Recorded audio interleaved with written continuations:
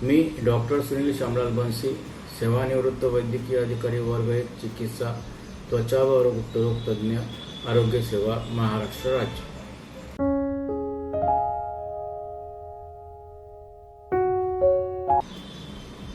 मी माझ्या कर्तव्य कालावधीत खालील ठिकाणी कार्यरत होतो: कुटीर रुग्णालय कळवण, तालुका कळवण, जिल्हा नाशिक; ग्रामीण रुग्णालय नगरसूर, तालुका येवला, जिल्हा नाशिक; ग्रामीण रुग्णालय सुरगाणा, तालुका सुरगाणा, जिल्हा नाशिक; जिल्हा रुग्णालय नाशिक, जिल्हा नाशिक। वरील सर्व 4 ठिकाणी मी वैद्यकीय अधिकारी वर्ग 2 म्हणून कार्यरत होतो। 5. जिल्हा रुग्णालय हिंगोली, तालुका व जिल्हा हिंगोली; जिल्हा रुग्णालय जळगाव, जिल्हा जळगाव। वरील 2 ठिकाणी मी वैद्यकीय अधिकारी वर्ग 1 चिकित्सा त्वचा व गुप्तरोग तज्ञ म्हणून कार्यरत होतो। जिल्हा रुग्णालय जळगाव येथे दिनांक 2/9/2021 ते 23/12/2021 पर्यंत माझ्याकडे जिल्हा रुग्णालयाच्या मुख्य प्रशासकीय अधिकाऱ्याचा प्रभारी पदभार होता। मी गृहलक्ष्मी औद्योगिक सहकारी संस्था, नांदूर पोस्ट माड सांगवी, जिल्हा नाशिक ही संस्था नित्योपयोगी वस्तू व किरकोळ वस्तू यांचा पुरवठा उपसंचालक आरोग्य सेवा नाशिक मंडळ नाशिक यांच्या अखत्यारीत येणाऱ्या जिल्हा रुग्णालय व जिल्हा रुग्णालयाच्या अखत्यारीत येणाऱ्या त्यांच्या जिल्ह्यातील रुग्णालये यांना पुरवठा करण्याचे कंत्राट सुमारे 2008 पासून वेळोवेळी राबवित आहे। सदर संस्थेने 2021-22 मध्ये आर्थिक वर्षात जिल्हा रुग्णालय जळगाव व जिल्हा शल्यचिकित्सक जळगाव यांच्या अधीनस्थ रुग्णालयांना नित्योपयोगी वस्तू व किरकोळ वस्तूचा पुरवठा केल्याच्या कंत्राटामध्ये अनियमितता व अपार झाल्याचे शासनाच्या निदर्शनास आल्याने या प्रकरणी कनिष्ठ स्तरावरील एकूण 4 अधिकारी व 3 कर्मचारी यांना निलंबित करून त्यांच्या विरुद्ध विभागीय चौकशी प्रस्तावित करण्यात आलेली आहे व सुरू आहे। सदर प्रकरणी निवडच्या काळामध्ये शासनाकडून उपलब्ध झालेल्या दस्तऐवज, अभिलेख व माहिती यांचा सखोल अभ्यास केले असता यामध्ये मुख्य सूत्रधार गृहलक्ष्मी संस्था असल्याचे निदर्शनास येते। या संस्थेने सन 2021-22 आर्थिक वर्षात पुरवलेल्या मालाच्या पोटी मागितलेली रक्कम सुमारे 50 कोटी, 18 कोटी रक्कम अदा झालेली आहे व सुमारे 32 कोटी प्रलंबित थकबाकी रकमेची संस्था जिल्हा रुग्णालय जळगाव कार्यालयाकडे मागणी करत आहे। शासनानं 13 ग्रामीण रुग्णालयांची थकबाकी पोटी संस्थेने मागणी केलेली 32 कोटी रकमेच्या प्रस्तावाचा अन्वेषण प्रस्ताव जिल्हा रुग्णालय जळगाव यांनी पाठवल्यामध्ये असे निदर्शनास येते की सदर संस्थेने फक्त सुमारे 18 कोटीचा माल पुरवण्याचे निदर्शनास आले आहे व जवळजवळ 28% म्हणजे सुमारे 14 कोटी जास्तीची रक्कम त्यांनी जिल्हा रुग्णालय जळगाव कार्यालयाकडे मागणी केल्याचे दिसून येते।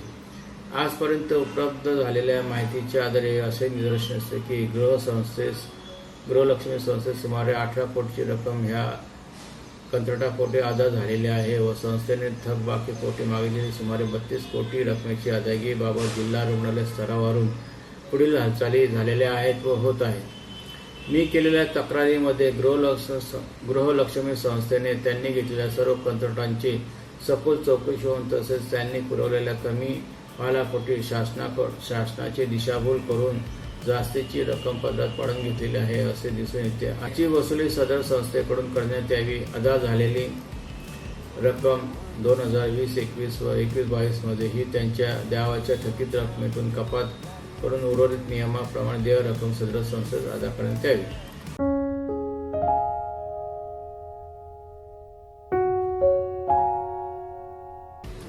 मी केलेली तक्रार व त्यासोबत जोडलेले पुरावे हे एका दैनिकास बातमीसाठी उपलब्ध करून दिले होते। तक्रारीच्या पुराव्याच्या आधारे दैनिकानं बातमी तयार करून प्रसारित केली होती। त्यामध्ये सुमारे 36 कोटीचा घोटाळाबाबत दैनिकानं बातमीत नमूद केले होते। सुमारे 18 कोटीची रक्कम ही आर्थिक वर्ष 2021-22 मध्ये सदर संस्थेस अदा झालेली आहे। सदर संस्थेने थकबाकीची रक्कम सुमारे 32 कोटी जिल्हा रुग्णालय जळगाव कार्यालयाकडे मागितल्याचे दिसून येते। जिल्हा रुग्णालय जळगाव कार्यालय सदर संस्थेने एकूण 13 रुग्णालयांना पुरवलेल्या मालाच्या अन्वेषण प्रस्तावाप्रमाणे सदर संस्थेने सुमारे 48% रक्कम जास्तीची मागणी केलेली दिसून येते। 18 + 32 = 50 असा हिशोब केला तर ही रक्कम 36 कोटीपेक्षा जास्त म्हणजे सुमारे 50 कोटीची होत असल्याचे दिसून येते।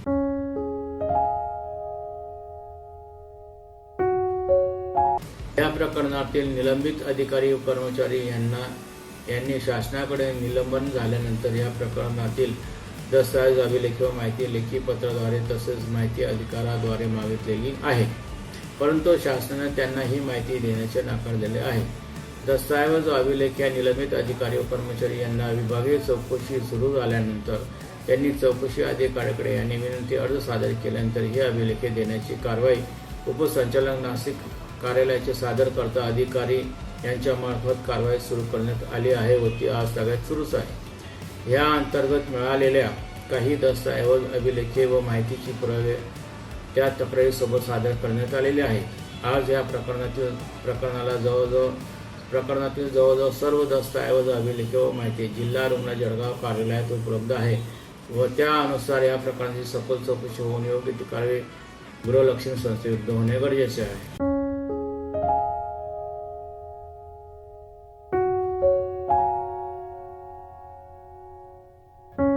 जिल्हा शल्यचिकित्सक जळगाव यांना पुराव्यासह तक्रार सादर केलेली होती. त्यावर जिल्हा शल्यचिकित्सक जळगाव यांनी उपसंचालक आरोग्य सेवा नाशिक मंडळ नाशिक यांच्याकडे मार्गदर्शन मागितलेले असल्याचे दिसून येते.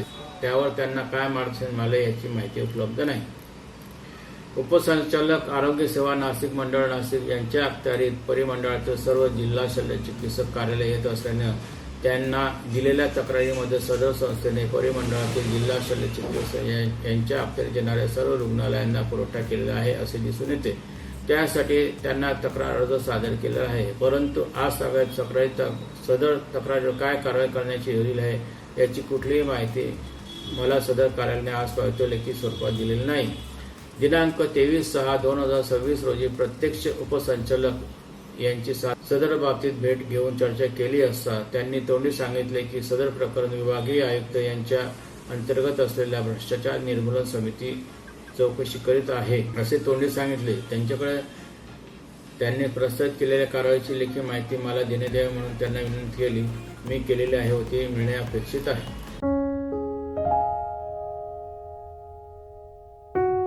तक्रार अर्ज उपसंचालक कार्यालयात सादर केल्यानंतर व त्यावर 2 स्मरणपत्रे दिल्यानंतर या बाबतीत मी सदर कार्यालयात तक्रारीबाबत काय कारवाई झालेली आहे याची संबंधित लिपिकाकडे चौकशी केली असता त्यांनी आपण उपसंचालक यांनाच भेटून त्याबाबत माहिती घ्यावी असे सांगितले. उपसंचालक उपलब्ध नसल्याने मी मुख्य प्रशासकीय अधिकारी उपसंचालक कार्यालय यांची भेट घेतली असता त्यांनी माहिती दिली की आम्ही टिप्पणी सदर आपल्या तक्रारीवर अर्जावर व स्मरणपत्रावर ठेवलेले आहे, परंतु त्यावर उपसंचालक यांचे कुठलेही श्रेय अथवा मार्गदर्शन पुढील कारवाईसाठी प्राप्त नाही अथवा प्रलंबित आहे. आपला अर्ज उपसंचालक यांच्याकडेच पडून आहे अशी माहिती त्यांनी दिली.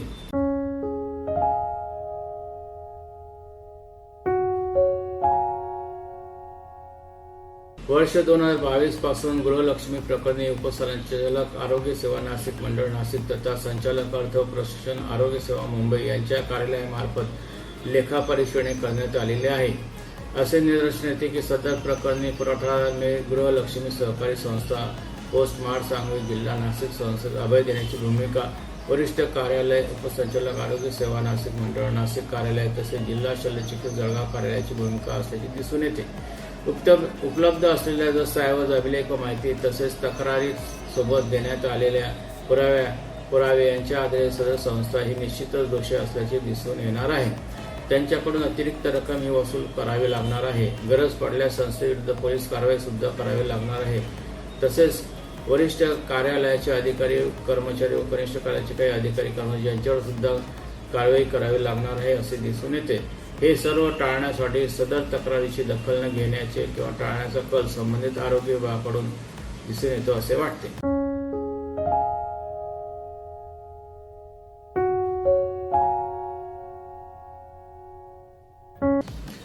सदर संस्थेने शासनाची दिशाभूल करून आपल्या पदरात कोट्यावधीची रक्कम पाडून घेतलेली आहे. वास्तविक पाहता ही रक्कम जरी शासनाकडून त्यांना प्राप्त झालेली आहे व होत आहे ती प्रत्यक्ष सामान्य नागरिकांच्या करातून वसूल होत आहे.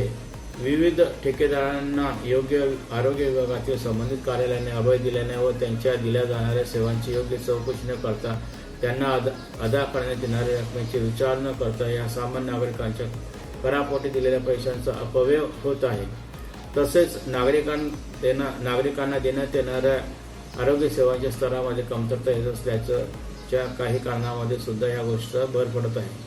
अंततः ह्यामध्ये सामान्य नागरिकांचे नुकसान होत आहे आणि तसे अशा प्रकारामुळे देशाच्या प्रगतीला अडथळा येत आहे असे म्हणावे लागेल. गृहलक्ष्मी प्रकरणात निलंबित झालेल्या अधिकारी व कर्मचारीपैकी मी एक आहे. काही अधिकारी व कर्मचारी निष्कारण या प्रकरणात भरडल्या गेल्यामधील मीही एक आहे. विभागीय चौकशीमध्ये बचावासाठी शासनाकडे मागितलेले दस्तऐवज, अभिलेख व माहिती मिळाल्यावर त्यांची सखोल अभ्यास केल्यानंतर माझे असे निदर्शन आले की ह्या प्रकरणातील मुख्य सूत्रधार ही गृहलक्ष्मी संस्थाच आहे आणि काही वरिष्ठ कार्यालयाचे अधिकारी, कर्मचारी तसेच कनिष्ठ कार्यालयाचे काही अधिकारी व कर्मचारी गृहलक्ष्मी संस्था यांना वाचवण्यासाठी फक्त कनिष्ठ कार्यालयातील काही अधिकारी कर्मचाऱ्यांना लक्ष करण्यात येऊन सदर प्रकरणावर कायमचा पडदा टाकण्याचा हा एक प्रयास आहे.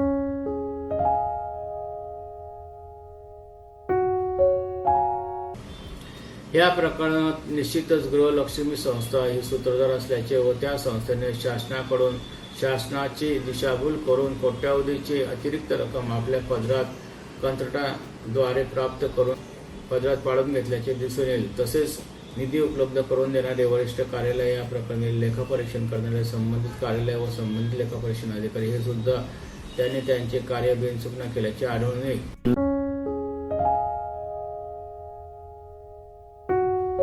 कनिष्ठ कार्यालयांना प्रस्तावित प्रकरणातील देयके अदा करण्यासाठी वरिष्ठ कार्यालयाकडे मागणी नोंदवल्या नसताना वरिष्ठ कार्यालय, सहसंचालकार्थ प्रशासन, लेखा व परीक्षा, आरोग्य सेवा मुंबई व उपसंचालक आरोग्य सेवा नाशिक परिमंडळ नाशिक कार्यालयाने वेतन ह्या लेखा शीर्षकाखाली मागणी नसताना प्रचंड प्रमाणात निधी वर्ग केलेला आहे. सदर प्रकरणात कनिष्ठ कार्यालयाने उपलब्ध झालेला निधी योग्य प्रकारे व योग्य लेखा शीर्षकाखाली खर्च केल्याबाबतची कारवाईवर रीतसर डोळेझाक केल्याचे दिसून येत आहे. निदर्शनास येणाऱ्या अनियमितता व मोठ्या प्रमाणात खर्चित घातलेल्या रकमांना त्यावर त्यांनी योग्य वेळी कायदेशीर कारवाई केली असती तर बरीचशी शासकीय वित्तहानी टळली असती. तसेच काही निरपराध अधिकारी व कर्मचारी यांचा बळी गेला नसता.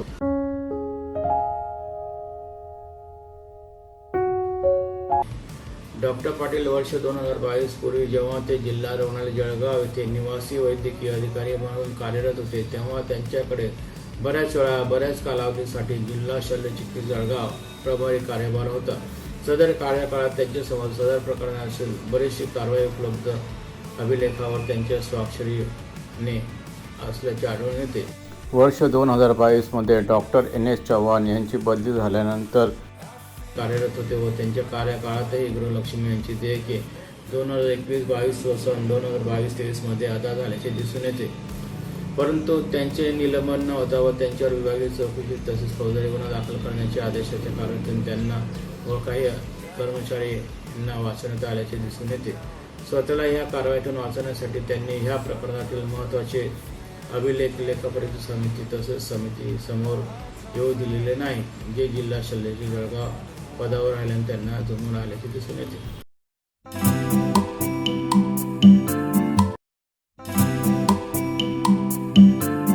सदर प्रकरणी केलेल्या तक्रारींची योग्य दखल संबंधितांकडून घेण्यात आली नसल्यावर ह्या सर्वांकडे दाद मागण्याचे ठरविले आहे. प्रसंगी सत्याग्रहाचे मार्ग अलावण्याचा मार्ग खुला आहे.